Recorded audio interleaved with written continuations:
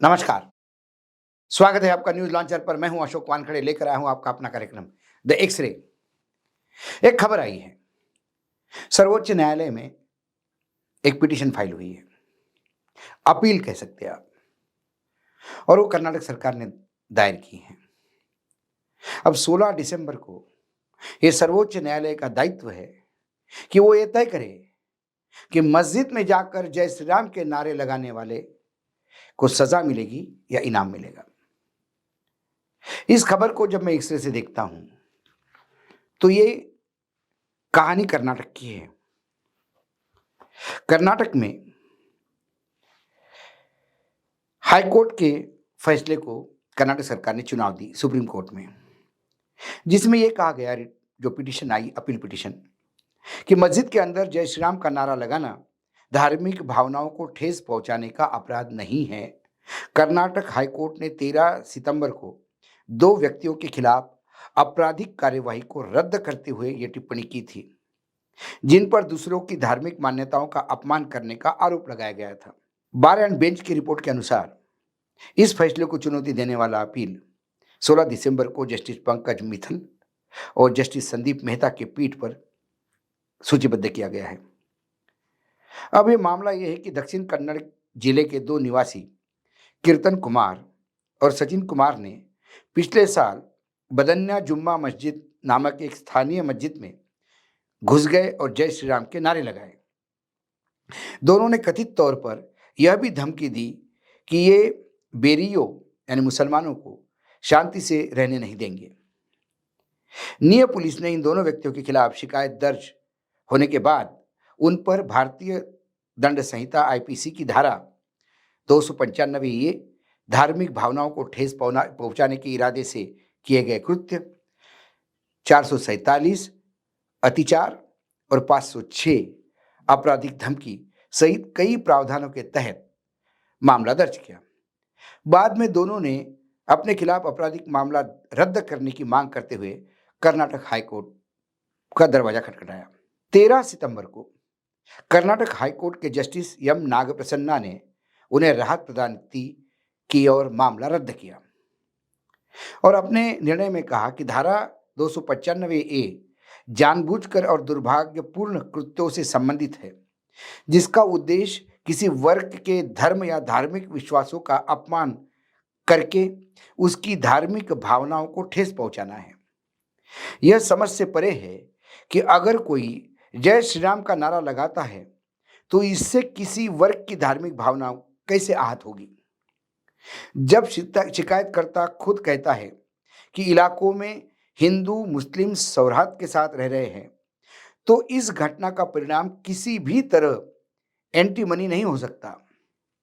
High court ने यह भी पाया कि इस मामले के कथित कृत्य का सार्वजनिक व्यवस्था पर कोई प्रतिकूल प्रभाव नहीं पड़ा। हाईकोर्ट ने कहा कि सुप्रीम कोर्ट का मानना है कि कोई भी कार्य आईपीसी धारा 295 ए के तहत अपराध नहीं माना जाएगा जिन कार्यों से शांति व्यवस्था को नुकसान पहुंचाने या सार्वजनिक व्यवस्था को नुकसान पहुंचाने पर कोई प्रभाव नहीं पड़ता है। उन्हें आईपीसी धारा 295 ए के तहत अपराधी नहीं माना जाएगा। अब सवाल यह है कि जो हाईकोर्ट ने जिस सुप्रीम कोर्ट के निर्णय की दुहाई दी, अब वहीं फिर से सुप्रीम कोर्ट के सामने सवाल बनकर खड़ा होगा। इस मामले के शिकायतकर्ता ने जब इस सुप्रीम कोर्ट की चुनौती दी है, सुप्रीम कोर्ट के समक्ष उनकी याचिका में कहा गया है कि हाईकोर्ट ने इस मामले में बहुत ही अलग रवैया अपनाया तथा उसका दृष्टिकोण आपराधिक मामले को रद्द करने की याचिकाओं से निपटाने के संबंध में सुप्रीम कोर्ट के निर्णय के विरुद्ध है। शिकायतकर्ता ने तर्क दिया कि यह प्रस्तुत किया गया है कि निरस्तीकरण याचिका पर निर्णय लेने में प्रयुक्त किया जाने वाला परीक्षण यह नहीं है कि एफआईआर में आरोपित अपराधों के तत्व पूरे हुए या नहीं, बल्कि यह है कि एफआईआर में लगाए गए आरोपों को यदि मूल्य पर लिया जाए तो क्या वे संज्ञेय अपराधों होने का खुलासा करते हैं। उनका कहना है कि इस मामले में लगाए गए आरोप प्रथम दृष्टया विभिन्न अपराधों के होने वाले संकेत देते हैं, उन्होंने यह भी तर्क दिया कि सुप्रीम कोर्ट ने भी बार बार जांच के चरण में आपराधिक कार्यवाही को रद्द करने की निंदा की है। याचिका में कहा गया है कि सुप्रीम कोर्ट ने बार बार मना किया है कि धारा 482 सीआरपीसी के तहत निहित शक्तियों का इस्तेमाल वैध अभियोजन को रोकने के लिए नहीं किया जा सकता, खासकर तब जब जांच चल रही हो। इसके अलावा शिकायतकर्ता ने हाईकोर्ट की इस टिप्पणी से भी असहमति जताई कि क्या मस्जिद में श्री राम का नारा लगाने से किसी धार्मिक वर्ग का अपमान माना जाएगा। हाईकोर्ट ने एक अजीब दृष्टिकोण अपनाया है और निष्कर्ष दिया है कि यह समझ के परे है कि अगर कोई जय श्री राम का नारा लगाता है तो वो इसके किसी वर्ग की धार्मिक भावनाओं को आहत होगी। इस तथ्य को पूरी तरह से नजरअंदाज करते हुए कि इस तरह के बयान आरोपियों के द्वारा मस्जिद में जबरन घुसकर दिए गए थे, साथ ही मुस्लिम समुदाय को धमकाया भी गया था। यह अत्यंत सम्मानपूर्वक प्रस्तुत किया जाता है कि हाईकोर्ट द्वारा इस तरह की अनुचित टिप्पणियों से असामाजिक तत्वों को बढ़ावा मिलेगा, जो हाल में ही दिनों में देश में, पूरे देश भर में यदि देखा जाए तो अल्पसंख्यकों पर भीड़ द्वारा हत्या, हमलों जैसे जघन्य अपराधों को सही ठहराने के लिए इस तरह के धार्मिक और भक्ति मंत्रों का सहारा लेते हुए दिखाई गए हैं। अब सवाल ये है, हाईकोर्ट ये कहता है कि मस्जिद में घुस के जय श्री राम का नारा लगा दिया, क्या बिगड़ा? किसका क्या बिगड़ा? क्या वहां दंगे हुए क्या? तो क्या न्यायपालिका दंगे होने का इंतजार करेगा? क्या दंगे भड़कने के बाद ही ये माना जाएगा कि जय श्री राम का नारा गलत था?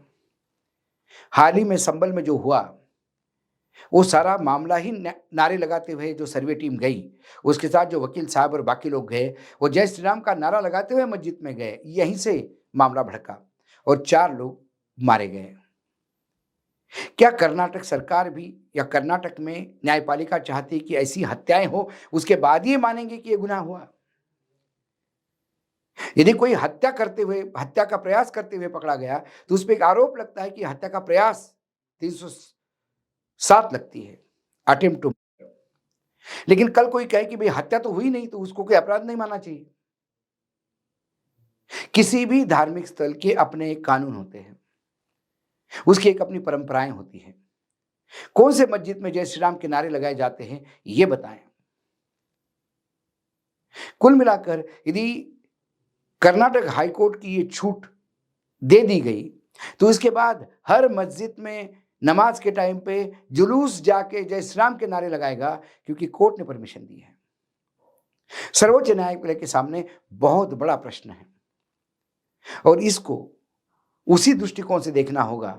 यह कर्नाटक का मसला नहीं है, इसको संबल के साथ भी जोड़ के देखना होगा, क्योंकि देश में ऐसा होता आ रहा है। एक जगह नहीं हुआ, ये किस्मत है कि कर्नाटक में नहीं हुआ, या वहां की पुलिस की किस्मत अच्छाई है कि उन्होंने दंगे नहीं होने दिए। कुल मिलाकर कई टिप्पणियां हाईकोर्ट की ये बार बार बताती है कि क्या हम किसी एक विशिष्ट राजनीतिक सोच विचार के लोगों को ही जुडिशरी में ला रहे हैं।